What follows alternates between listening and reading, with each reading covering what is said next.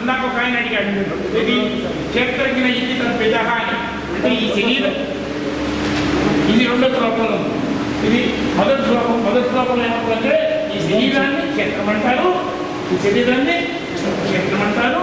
ఈ శరీరాన్ని ఎవరైతే తెలుసుకుంటున్నారో, ఈ శరీరాన్ని ఎవరైతే తెలుసుకుంటున్నారో వాటిని క్షేత్రజ్ఞుడు అంటారు. నేను అన్ని అన్ని శరీరాలను తెలుసుకుంటున్నా క్షేత్రజ్ఞుడు నేనే మొత్తం చెప్పి ఇది రెండో శ్లోకం. ఇక జ్ఞానం అంటే ఏంటో నేను చూసే పుస్తకంలో రెండో శ్లోకంలో రెండో లైన్, క్షేత్రానికి క్షేత్రజ్ఞుడికి, క్షేత్రానికి క్షేత్రజ్ఞుడు నాకు అవసరం లేదు అని పుస్తకాల్లో కనిపిస్తుంది ఉంది కాబట్టి చెబుతున్నాను. క్షేత్రానికి క్షేత్రజ్ఞుడికి తేడాన్ని గుర్తించడమే జ్ఞానము. మళ్ళీ ఒకసారి ఈ శరీరం మొత్తం క్షేత్రం అంటారు. ఇది మనసు బుద్ధితో సహా, మనసు బుద్ధి చిత్తం అన్నిటితో సహా ఎన్ని మారే అన్నింటినీ పట్టుకొని క్షేత్రం అంటారు. దీన్ని ఆత్మని పదం వాడద్దు. భగవంతుడు కూడా తెలియదు. భగవంతుడు ఉన్నాడు ఇప్పుడు తెలిసిందా? ఆత్మ ఎప్పుడన్నా తెలిసిందా? ఎప్పుడన్నా 24 గంటలు ఆత్మ పరమాత్మ గురించి మాట్లాడేవాళ్ళు, 24 గంటలు ఆత్మ పరమాత్మ గురించి మాట్లాడేవాళ్ళు వాళ్ళ ఇంటికి వెళ్ళి తలుపు కొట్టి వాళ్ళ ఇంట్లో వాళ్ళు ఎవరైనా అడుగుతారు? ఎవరైనా అడిగితే ఆత్మని అనేవాళ్ళు ఎవరన్నా ఉన్నారా? నేనే అంటారా? ఆత్మని అంటారా? నేనే అంటారు. మనకు లోపల నుంచి 24 గంటలు అందరికీ తెలుస్తుంది నేనే అనేది. అవునా? మరి ఈ శరీరాన్ని మొత్తాన్ని మారే మనసు, మారే బుద్ధి, మారే శరీరాన్ని క్షేత్రం అంటారు. దాన్ని తెలుసుకునే నా శరీరం, నా మనసు, నా బుద్ధి, నా చెవులు నేను తెలుసుకునేవాడు ఉన్నాడు కదా. నేను అనేవాడు ఆ నేను అనేవాడిని క్షేత్రజ్ఞుడు అంటారు. నేను అనే క్షేత్రజ్ఞుడికి, నాది అనే క్షేత్రానికి, నాది అనే క్షేత్రానికి మధ్య తేడాన్ని గుర్తించడమే జ్ఞానము అని నా అభిప్రాయము అన్నాడు భగవంతుడు. ఇది నా కళ్ళు, నా చెవులు, నా మనసు, నా బుద్ధి గుర్తొచ్చింది. నా ఒంట్లో బాగాలేదు, నా మనసు బాగాలేదు అని నా మనసు, నా బుద్ధి, నా శరీరం అని ఏ నేను అయితే చెబుతుందో ఆ నేను అనేది క్షేత్రజ్ఞుడు. అది అందరిలో ఉన్న సమానంగా ఉన్నాడు. నాదనే మనసు బుద్ధి ఎన్ని బుద్ధిగా మారుతున్నాయి, తేడాలు ఉన్నాయి. ఈ దక్షిణాది తేడా ఉంది, ఈ శరీరం నా శరీరం తేడా ఉంది, ఈ బుద్ధికి నా బుద్ధికి తేడా ఉంది. అన్ని మార్పులనే నేను చెప్తాను. మారిందా? నీలో నేను మారలేదు, నాలో నేను మారలేదు. సో అందరిలో మార్పు లేకుండా అందరిలో సమానంగా ఉన్నది నేను అనేది క్షేత్రజ్ఞుడు అయితే, నాది శరీరం అనేది క్షేత్రము. ఈ క్షేత్రము అనే ఇన్ని రకాల క్షేత్రాలన్నిటికీ నేను అనే నేను భగవంతుడిని అని చెప్తున్నాడు. అక్కడ నేను నాది మధ్య తేడాను గుర్తించే జ్ఞానము. ఈ పుస్తకం చూడండి, నేను నాది మధ్య ఏది ముఖ్యమైన ప్రశ్నలతో స్టార్ట్ చేశాను ఈ పుస్తకాన్ని. నేనా నాదా? ఏది ముఖ్యం చెప్పండి. ఇప్పుడు 2 ఎంటుకలు పోతే బాధపడి 4 ఎంటుకలు పోతాయని భయపడేవాడు యాక్సిడెంట్ అయ్యి 2 కాళ్ళు తీసి తప్ప నువ్వు బతకమంటే నా కాళ్ళు ముఖ్యం అంటాడా, నేను ముఖ్యం అంటాడా? 2 కాళ్ళు తీసుకెళ్ళాలి బతకమంటే నా కాళ్ళు తీసేలా నన్ను బతికించాలంటారా, నా కాళ్ళు ముఖ్యం నేను తెచ్చిన పనులు అంటాడా? అలాగే నీ కన్ను తీసుకెళ్ళప్పుడు లేకపోతే నీకు పెయినంత పడే చచ్చిపోతావంటే నా కన్ను ముఖ్యం అంటాడా, కన్నంతా తీసేసి నన్ను బతికెత్తుకుంటాడా? నా చెయ్యిగా నా కోసమే, నా కాళ్ళైనా నా కోసమే, నా ఇల్లైనా నా కోసమే, నా ఫ్రెండ్స్ అయినా నా కోసమే, ఆఖరికి భగవద్గీత అయినా నా కోసమే, భగవంతుడైనా నా కోసమే. అవునా కదా? మరి నేను ముఖ్యమా, నాది ముఖ్యమా? ఏ నేనైతే ముఖ్యమో అది అందరిలో సమానంగా ఉంది. ఆ నేనికి మారే నాది అనే దానికి కేవలం గుర్తించడమే జ్ఞానము. 13వ అధ్యాయంలో 2వ శ్లోకంలో మీకు కొన్ని పుస్తకాల్లో ఉంది, 3వ శ్లోకంలో కొన్ని పుస్తకాల్లో ఉంది. అర్థమైందా? జ్ఞానం అంటే ఇది. మరి ఇంతకీ ఇంకోటి కంప్లీట్ అవ్వదు కదా. ఇంకెందుకు? ఏ భగవంతుడని మీరు అనుకుంటున్నాడో ఆ భగవంతుడి యొక్క ప్రత్యక్ష దర్శనం కావాలా, మీకు పరోక్ష దర్శనం చాలా? ప్రత్యక్ష దర్శనం చాలా, పరోక్ష దర్శనం? ప్రత్యక్ష దర్శనమే కాదు. అడియనా? ఇప్పుడు మనం అనేక రకాలుగా ఆలోచన చేస్తున్నాం. కొంచెం కన్ఫ్యూజన్ కూడా సింపుల్గా ఒకే మాట దగ్గరికి వెళ్తున్నాం. ఇటు పక్క నుంచి వెళ్తే దగ్గరికి వెళ్తామో అటు పక్కకి వెళ్ళే ప్రయత్నం చేస్తున్నాను. నేను ఆల్రెడీ చెప్పేశాను, చెప్పినా మీకు కొంతమందికి ఎక్కట్లా. ప్రత్యేక దర్శనం అది ప్రత్యేక దర్శనం. శ్లోకాలు అర్థాలు పూర్తికి వెళ్ళలేదు కదా. జ్ఞానయోగంలో 4వ అధ్యాయం, విజ్ఞాన యోగం 7వ అధ్యాయం. ఎక్కడన్నా అలాంటి జ్ఞానం అని ఎక్కడన్నా చెప్పాడా? చెప్పదా. కాంప్లికేటెడ్గా చెప్పుకుంటూ వెళ్ళాడు. ఏది అపరాప్రకృతి, పరాప్రకృతి, నేను 3 రకాలు చెప్పాడు. అక్షర పురుషుడు, అక్షర పురుషుడు, ఉత్తమ పురుషుడు అని ఇంకో రకంగా 8వ అధ్యాయం చెప్పాడు. 15వ అధ్యాయం చెప్పాడు. జ్ఞేయ వస్తువు అన్నాడు. అక్షరం బ్రహ్మపరం, పరబ్రహ్మే అక్షరం అని ఇది 8వ అధ్యాయం 3వ శ్లోకంలో చెప్పాడు. ఇన్ని రకాల పదాలతో చెప్తున్నాడు. అవునా? అది అవ్యక్తం కన్నా అవ్యక్తమైనది అని ఇంకో శ్లోకం చెబుతాడు. ఎక్కడది? 8వ అధ్యాయం 20వ శ్లోకంలో తస్మాత్ భావో అన్య అవ్యక్తో అవ్యక్త సనాతన. కానీ చాలా మంది గురువులు కూడా వ్యక్తో వ్యక్త సనాతన అని చదువుతారు. మరి మీరు అందరూ ఏంటానే ఉంటారు. ఎందుకంటే అకారాన్ని రాయరు అక్కడ. అవ్యక్తో అవ్యక్త, అవ్యక్తం కన్నా కూడా అవ్యక్తమైనది. కానీ అందరిలో సమానం ఉన్నది. అందరిలో బుద్ధికి రాజ్యం. అతీంద్రియం, ఇంద్రియాలకు తెలియబడదు, బుద్ధికి తెలుసుకుంది. బుద్ధి మేలుకొంటే ఇంద్రియాలకు తెలియబడదు. ఇది ఈ సత్యం అనండి, భగవంతుడనండి. అక్షరం అంటే సత్యమే, అక్షరం కానంటే సత్యమే. మరి 8వ అధ్యాయం 3వ శ్లోకంలో ఏం చెప్పాడు? అక్షరం బ్రహ్మ పరమ, పరబ్రహ్మే అక్షరం, పరబ్రహ్మే సత్యం అన్నాడు. బ్రహ్మ విష్ణు మహేశ్వరుడు సత్యం అని చెప్పలా. మరి ఆయన ఎక్కడ ఉన్నాడు? అంతగా ఉన్నప్పుడు మనలో కూడా ఉండాలి కదా. చెప్పండి, పరబ్రహ్మ అంతగా ఉన్నప్పుడు పరబ్రహ్మ సత్యం కదా. అంతగా ఉన్న సత్యము మనలో కూడా ఉండాలా వద్దా? మనలో కూడా ఉండాలా వద్దా? అక్షరం బ్రహ్మ పరమం, పరబ్రహ్మే అక్షరం. పరబ్రహ్మ ఎక్కడ ఉన్నాడు? సత్యం మొత్తం వ్యాపించున్నాడు, సత్యమై ఉన్నాడు అన్నప్పుడు అంతగా వ్యాపించినప్పుడు మనలో కూడా ఉన్నాడు కదా. మనలో మార్పు లేని సత్యమే పరబ్రహ్మ. అవునా? మనలో మార్పు లేని ఏదైతే ఉన్నదో అదే సత్యము, అదే అక్షరము, అదే పరబ్రహ్మ, అదే పరమాత్మ, అదే భగవంతుడు. మనందరిలో మార్పు లేకుండా ఉన్నది. ఇప్పుడు దాకా చెప్పుకున్నాను వచ్చే ఏదో చెప్పండి.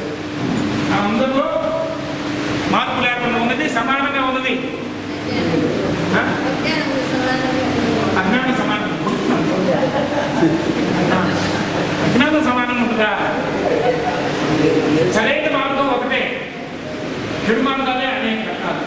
వ్యవసాయాత్మిక బుద్ధి ఏకేహ పూర్ణంగన బహుశాఖాహి అనంతాశ్చ బుద్ధయో అవ్యవసాయన. తెలియని వాడు అనేక రకాల ఏదో పనులు చేస్తూ ఉంటాడు, తెలిసిన వాడు ఒకే మార్గంలో ఉంటాడు. 2వ అధ్యాయం 41వ శ్లోకం చదువుకోండి. చిన్నపిల్లల చెప్పాలి. అజ్ఞానం అంటే ఒకే రకంగా ఉంటుందన్న మొక్కలు.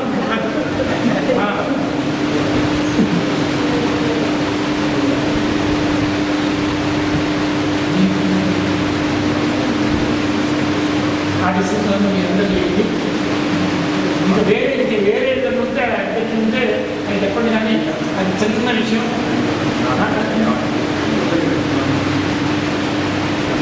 అసలు బేసిక్ అంటే 10 నిమిషాలు బేసిక్. అది అంటే సందేహాలు ఉంటే చాలా గుర్తవచ్చు, కానీ బేసిక్ అయితే దగ్గరకు వచ్చేస్తాం. అనేక రకాల శ్లోకాలు చెప్పింది ఒకటే మాట, ఒకటే మాట. జ్ఞానయోగంలో జ్ఞానం అంటే స్పష్టత లేదు, ఉంది స్పష్టత లేదు. విజ్ఞాన యోగం 7వ అధ్యాయంలో స్పష్టత లేదు. కానీ ఎక్కడుందో జ్ఞానం గురించి జ్ఞానయోగంలో ఉండాలి, విజ్ఞాన యోగంలో ఉండాలి. కానీ ఎక్కడుంది? క్షేత్ర విభాగ యోగం 13వ అధ్యాయంలో ఉంది. దానికన్నా ముందు కర్మయోగంలో జ్ఞానం ఉంది. కర్మయోగంలో జ్ఞానం ఉంది. బాగా వినండి. నేను ముచ్చటి మాటలు కూడా మాట్లాడుతున్నాను, మీరు అర్థం చేసుకుంటున్నారు. అవునా? గోకులేసి కొంచెం చెప్తున్నా కూడా అసలు సత్యాన్ని మీదే దృష్టి పెడుతుంది. కానీ నేను మాట్లాడే మాటలు నేను దృష్టి పెట్టకండి. కర్మయోగంలో 42వ శ్లోకం, కర్మయోగంలో 42, మొత్తం 43 శ్లోకాలు ఉంటాయి. మొత్తం 43 శ్లోకాలు ఉంటాయి. లాస్ట్ కన్నా ఒకటి ముందు 42వ శ్లోకంలో ఏం చెప్పారో చూద్దామా? రెడీనా? మరి ఆ శ్లోకం చెప్పండి. ఇంద్రియాణి పరాణ్యాహో ఇంద్రియేభ్య పరం మనసస్తు పరాబుద్ధే యోబుద్ధే చూసారా? ఇంకెవరైనా చెప్తారా ఆ శ్లోకం? ఇంద్రియాణి పరాణి ఆహుః, ఇంద్రియాణి పరాణి ఆహుః, ఇంద్రియేభ్యః పరం మనః. మనసస్తు పరా బుద్ధి యో బుద్ధే పరతస్తు సహా. ఇది ఆ శ్లోకం. నేను దాన్ని కొంచెం స్పష్టంగా చదివాను.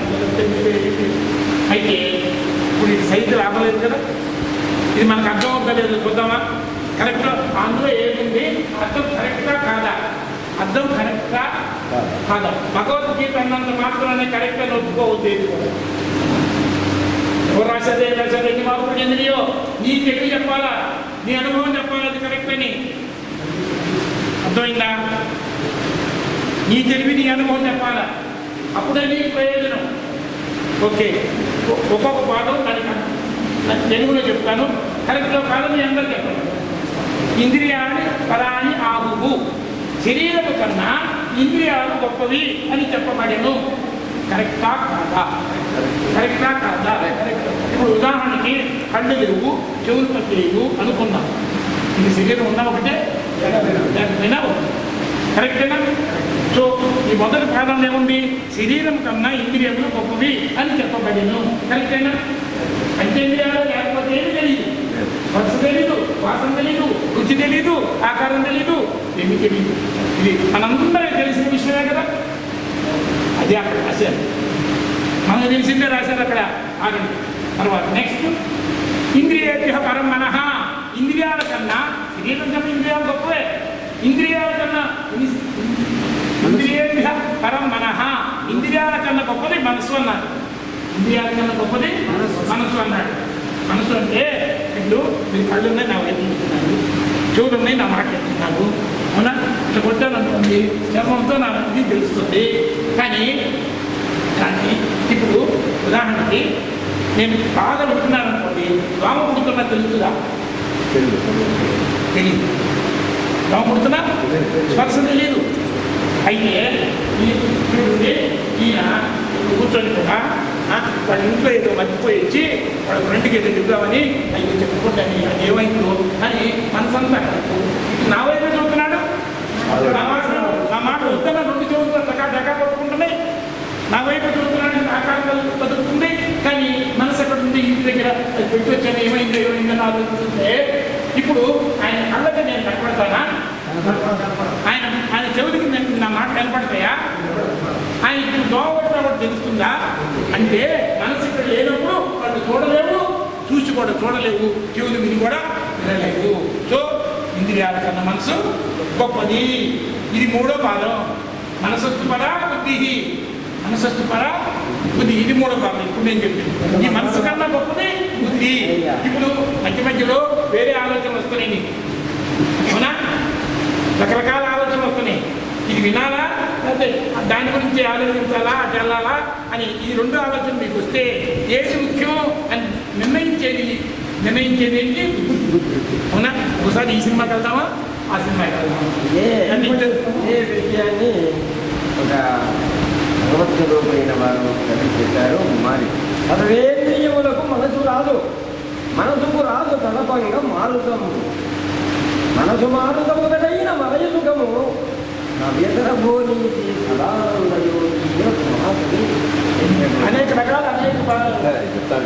అనేక మంది అనేక రకాలుగా చెప్పారు. ఇప్పుడు మనం నీ తెలివితో నీ అనుభవంతో నువ్వు తెలుసుకుంటున్నావు.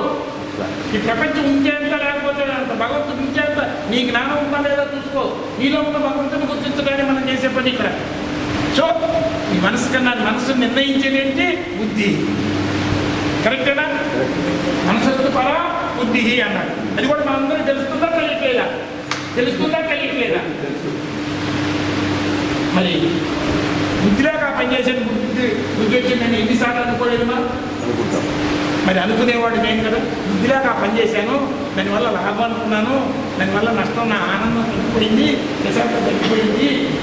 బుద్ధిలాగా పనిచేశాను, బుద్ధి వచ్చింది అంటే నా బుద్ధి కూడా మారుతుంది, నా బుద్ధి కూడా మారింది, తప్పుడు నిర్ణయం తీసుకుంది. బుద్ధి లేక నేనే అంటున్నాను, నేనే కదా అనేది. నా మనసు, నా బుద్ధి, నా శరీరం, నా కళ్ళు, నా అని నేననేది ఒకటి ఉన్నాడా లేదా? యో బుద్ధే పరతస్తు సహా, ఈ మారే బుద్ధి కన్నా కూడా గొప్పవాడు అతను. గొప్పవాడెవరు? అతను. అతను అంటే ఎవరు? ఈ శరీరంలో లోపలికి వెళ్తాను కానీ వర్ణన లోపలికి వెళ్తుంది కానీ బయటకు వెళ్తా. ఆ లోపల ఉన్నవాడు నేననేవాడు. నేననేవాడు ఎప్పుడు మారలా. నా మనసు మారుతుంది, నా బుద్ధి మారుతుంది, నా శరీరం మారుతుంది. మరి ఇన్ని జరుగుతున్నా ఇది జరుగుతున్నా ఐదో తరగతి ఫోటో ఉంటే చూపిస్తే అప్పటి నుంచి ఎత్తు మారింది, లావు మారింది, బరువు మారింది, మనసు మారింది, బుద్ధి మారింది, సమాచారం మారింది, అన్నీ మారుతున్నాయి. అవునా కదా? అది అప్పుడు ఎత్తు లేదు, ఇప్పుడు లావు లేదు, అప్పుడు మనసు లేదు, ఇప్పుడు మనసు లేదు, అప్పుడు జ్ఞానం లేదు, ఇప్పుడు జ్ఞానం లేదు, అప్పుడు సమాచారం లేదు, ఇప్పుడు సమాచారం లేదు అంటారు. కానీ ఆ ఫోటో చూపిస్తే ఆ నేను వేరు ఈ నేను వేరు అని ఎవరన్నా అంటారా? ఆ నేనే ఈ నేను అంటారా? ఆ నేనే ఈ నేననేది ఇప్పుడు మారలేదు. అది అందరిలో సమానంగా ఉన్నది, అందరిలో సమానం ఉన్నది, మార్పు లేకుండా ఉన్నది, అంటే నాశనం లేకుండా ఉన్నది. నాశనం లేదు కాబట్టి దాన్ని అక్షరము క్షరము కానిది అంటారు. అదే పరబ్రహ్మ. నేను అనేది అందరిలో సమానంగా మార్పు లేకుండా, మారే శరీరానికి, మారే మనసుకు, మారే బుద్ధికి అన్నిటి కూడా ఆధారంగా మార్పు లేకుండా అందరిలో సమానంగా ఉన్నది. అదే కదా అన్ని శ్లోకాలు ఆయన చెప్పి నోరంతా పోయింది. ఇది భగవద్గీత. మరి ఒక్క శ్లోకం అర్థం చేసుకుంటే నేను అనేది సత్యమా, నాది అనేది సత్యమా? నాది అనేది అనేకం, నాది అనేది సత్యమా, నేను అనేది సత్యమా? నేను అనేది ఒక్కటే, అదే సత్యం. మా ఏకం. నేను దాన్ని ఒక్కదాన్నే పట్టుకో, నాది అనే దాన్ని పట్టుకో. నేను సత్యమని అన్న తర్వాత ఎవరైనా నాకు తక్కువైంది కాబట్టి నేను తక్కువ అనుకుంటాడు అవడం, నా దుడ్డు తక్కువైంది నేను తక్కువ అనుకుంటాడు అవడన్నా? అవునా? ఎవడైతే నేనని అందరిలో సమానంగా గుర్తిస్తాడో, నాది తక్కువైతే నేను తక్కువ నరకాన్ని అనుభవించడు. ఎందుకంటే నేను తక్కువ అనేది పరమసత్యం, నేను తక్కువ అనేది పరమసత్యం, నేను అనేది స్పష్టం పరమసత్యం, నేను అనేది మార్పు లేదు, పరమసత్యం అందరిలో ఉన్నది. నేను ముఖ్యం, నాది కాదు ముఖ్యం.